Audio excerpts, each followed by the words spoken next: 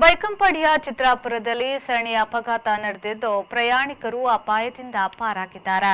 3 car ಹಾಗೂ 1 lorry ನಡುವೆ ಅಪಘಾತ ಸಂಭವಿಸಿದೆ. ಸರಣಿ ಅಪಘಾತದಿಂದ ಟ್ರಾಫಿಕ್ ಜಾಮ್ ಉಂಟಾಗಿತ್ತು.